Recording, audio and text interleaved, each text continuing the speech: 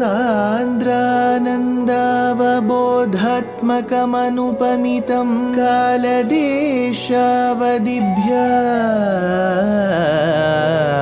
निर्मुक्तं नित्यमुक्तं निगमशतसहस्रेण निर्भास्यमानम्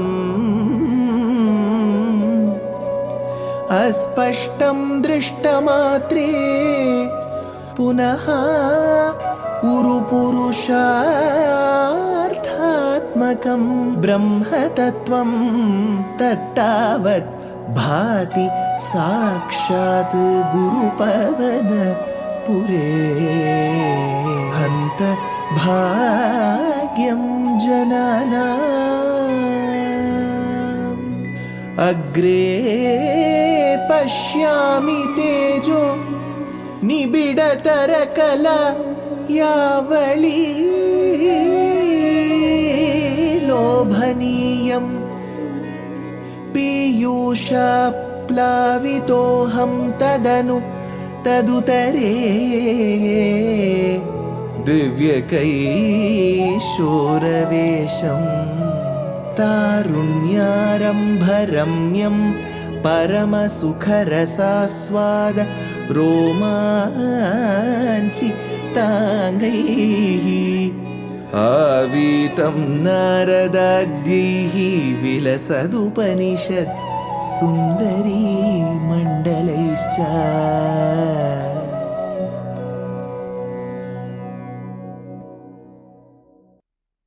Gurupavanapure Hantabhagyam Jananam. Namaskaram to all the Astikas worldwide. It is indeed a moment of great fortune, Saubhagyam, to be speaking on Śrīman Nārāyaṇīyam. I'm sure many of the Astikas will be used to this nama. One primary reason being, the word Narayaneeyam occurs even in Sri Mahabharata. In Sri Mahabharata, which is one of the greatest treasures that we have bequeathed from our Acharya Varyas, has a portion in it called as Narayaneeyam. No doubt, the word Narayaneeyam today is not that oft remembered with the Mahabharata section, rather with a bhakti kavya, bhakti work. What is this work? This work was composed roughly between 400 and 450 years in Bharatadesha, in a small hamlet then, a temple town called as Guruvayur, earlier known as Mammiyur. A lot of your Astikas will be aware of the Bharata's map. In Dakshina Bharata, in the south of India, is a beautiful state called Kerala. In Kerala, there are many temples, many cities, many towns. It is often called the land of spices as well. In this beautiful state of Kerala, close to a very prominent city town called as Thrissur, is a hamlet called Guruvayur. It was very much in this hamlet that the composer gave this work called as Śrīman Nārāyaṇīyam. Well, we know the name of the work. We know the author of the work. But who is he? Can you give some specifics about the author? Could be a pertinent question from your side. He is called Melpattur Nārāyaṇa Namboothiri or Bhaṭṭatiri. Often when people who are accustomed to this work will often say, Bhaṭṭatiri says. If at all you find the word Bhaṭṭatiri a bit tough to say, you can say the word Nārāyaṇa, because he too had the name of the Lord. So he composed on Paramatma Narayaṇa, and his name was also Narayaṇa. So Melpattur is the name of the village. It was very normal for people to append the name of their native villages in the past. True to that custom, he was called Melpattur, the name of the village where he belonged to, name Narayaṇa, the suffix Bhaṭṭatiri, which signifies the amount of knowledge that he had gathered. It was like a surname as well as a title which will be given to a person adept in multi-shastras, many shastras. Melpattur, Nārāyaṇa, Bhaṭṭatiri, 400 to 450 years back, composed this work called as Nārāyaneeyam in the temple town hamlet of Guruvayur, close to Thrissur, in the beautiful state of Kerala in Dakshina Bharata. So we know the name of the work, we know who composed it and where he composed. We have certain questions associated with this. Why did he have to compose? What were the circumstances that led to him composing this work? What is this work all about? And why should he compose it in Guruvayur and nowhere else? And who was he? We know the name, but do we know his whereabouts? What is his biography? Could be a volley of questions that you may want to throw at me. We have many episodes to go, and in each of the episodes we will get into the details of this work, every verse of this work, and succinctly discuss the essence of each of these shlokas so that it reaches to of course, the elderly people whom we have great respects for their age, experience, and the wisdom, and especially to reach out to the youngsters, how liberal, how magnanimous were our forefathers and acharyas to think for the goodwill of the entire world. Well, there is a big phalam, fruit, for reading or listening to this work. Every such listener, all of you who are listening, wherever you are, however, whatever you're doing, there will be a phalam, there will be a fruit, and the fruit is immense. What is it? You may ask me. I will tell you slowly. First, let us understand what is this Guruvayur all about. Sir, Guru, we have heard of the word Guru, which means a teacher. Vayu, air, wind. Or maybe in the south of India, you must have heard of this word Ur, which is very regional in approach to determine a town. Kadalur, Coimbatore, Ur. There is some Ur there. So it's some place. So there is some place, Ur, which is associated with two people, Guru and Vayu. So Guru, Vayu, Ur, Guru Vayur. Well, sir, that's very interesting. What is this place all about? Could be your question. We have to go into the past while dealing with our Puranas. It is said that there was a couple called Prishni and Sutapas.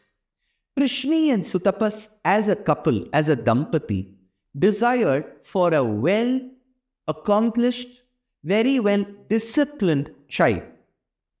Of course, every set of parents desire a child, the girl or the boy.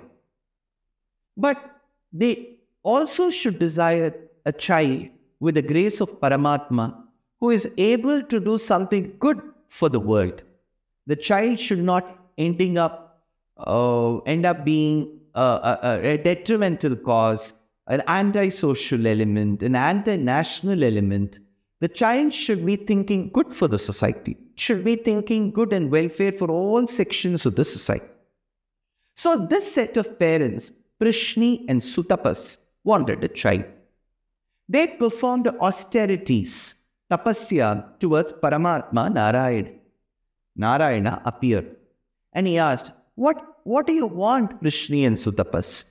Seeing the resplendent form of Bhagavan, Tatte Pratyagra Dhara Dhara Lalitakala Yavari Kelikaram Lavanyasyaikasaram Sukriti Janadrisham Purna Punyavataram Lakshmi Nishankalila Nilayanamamritasyanda Sandohamantaha Sinchat Sanchiltakanam Vapuranukalaye Marutagaranatha.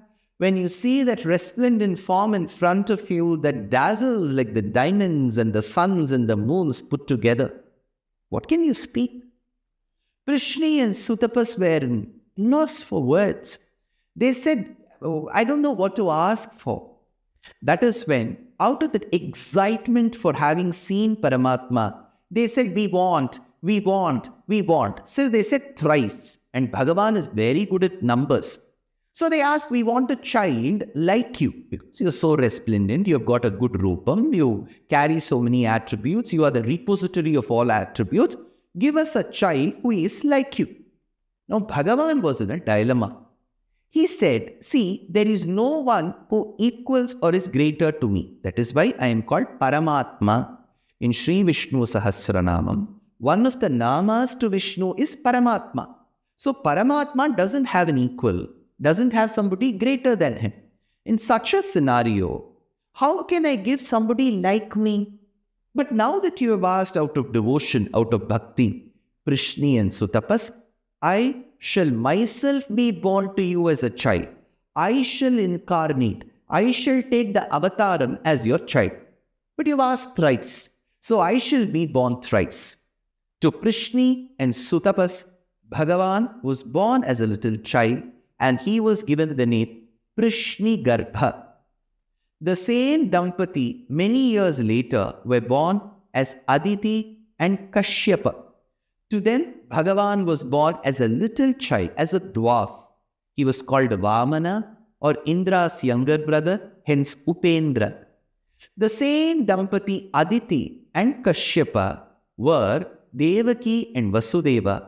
To them, Krishna was born as a Vasudeva, as Krishna himself. So to the Dampati Prishni and Sutapas, to the same Dampati as Aditi and Kashyapa, to the same Dampati as Devaki and Vasudeva, Bhagavan was born as Prishni Garbha, Vamana and Krishna respectively.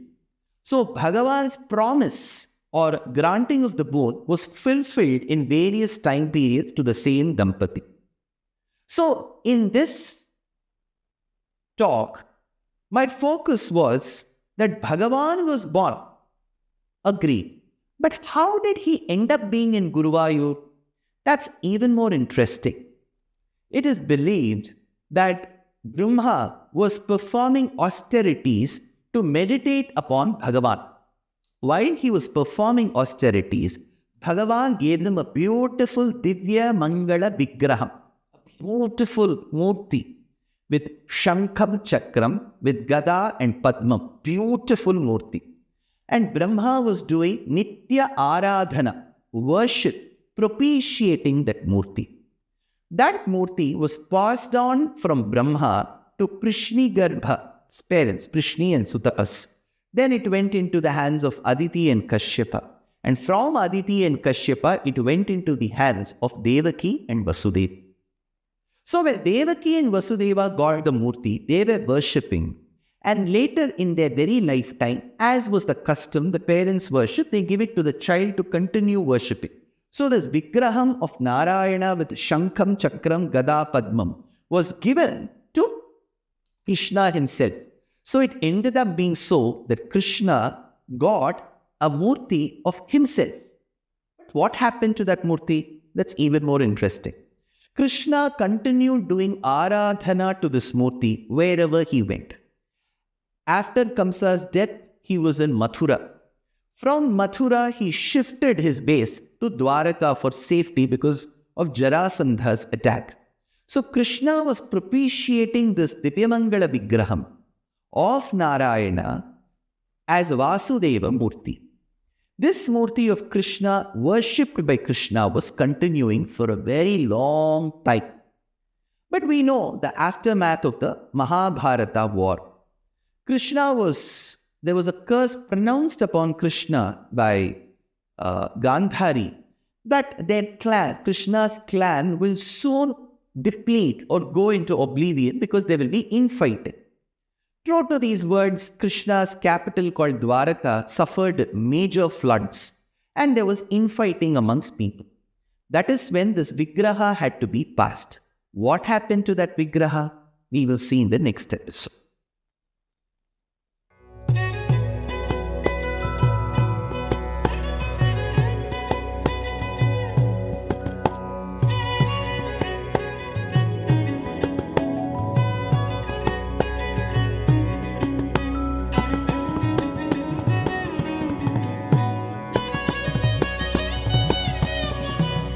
कल्याणरूपाय कलौ जनानां कल्याणदात्रे करुणासुधाब्दे कंवादिदिव्यायुधसत्कराय वातालयाधीश नमो नमस्ते। नारायण नारायण नारायण नारायण नारायण नारायण नारायण नारायण नारायण नारायण नारायण नारायण नारायण नारायण नारायण